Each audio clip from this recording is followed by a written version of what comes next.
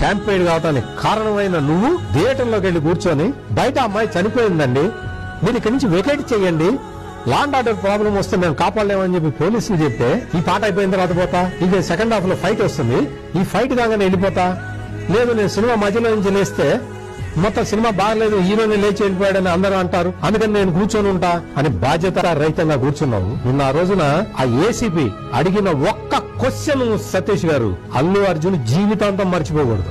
ఏమడిగాడు తెలుసా? ఏం చదువుకున్నావు అని అడిగాడు. ఏం చదువుకున్నావు, కామన్ సెన్స్ ఉందా అని అడిగాడు. ఆ ఏసీపీ అడిగిన ఆ ఒక్క ప్రశ్న అల్లు అర్జున్ గుర్తుపెట్టుకో, జీవితాంతం నిన్ను వెంటాడుతూ ఉంటుంది. ఏం చదువుకున్నావు, కామన్ సెన్స్ లేదా, చెప్తుంటే అర్థం కాదా, అవతల ఒక మనిషి చనిపోయింది అని చెప్తుంటే నా సినిమా అంటావు, నా పాట అంటావు, నా ఫైట్ అంటావు అని ఏసీపీ అడిగిన క్వశ్చన్లు అల్లు అర్జున్ నిన్ను జీవితాంతం వేటాడతాయి. ఆ క్వశ్చన్లు నీ చెవుల్లో గింగురమంటూ ఉంటాయి. గుర్తుపెట్టుకో, ధర్మం పాటించాలి. ఏం ధర్మం పాటించావు నువ్వు? రేపు పొద్దున భగవంతుడి దయ వల్ల నేను కూడా భగవంతుడిని ప్రార్థిస్తున్నా, అబ్బాయి కోలుకొని బయటికి రావాలి. అబ్బాయి ఆ తర్వాత ఆ పాపకి కనీసం తల్లి లేదు, అన్న తమ్ముడు బ్రదర్ అవుతాడు, ఇతనైనా ఉండాలి. నేను మనస్ఫూర్తిగా కోరుకుంటాను.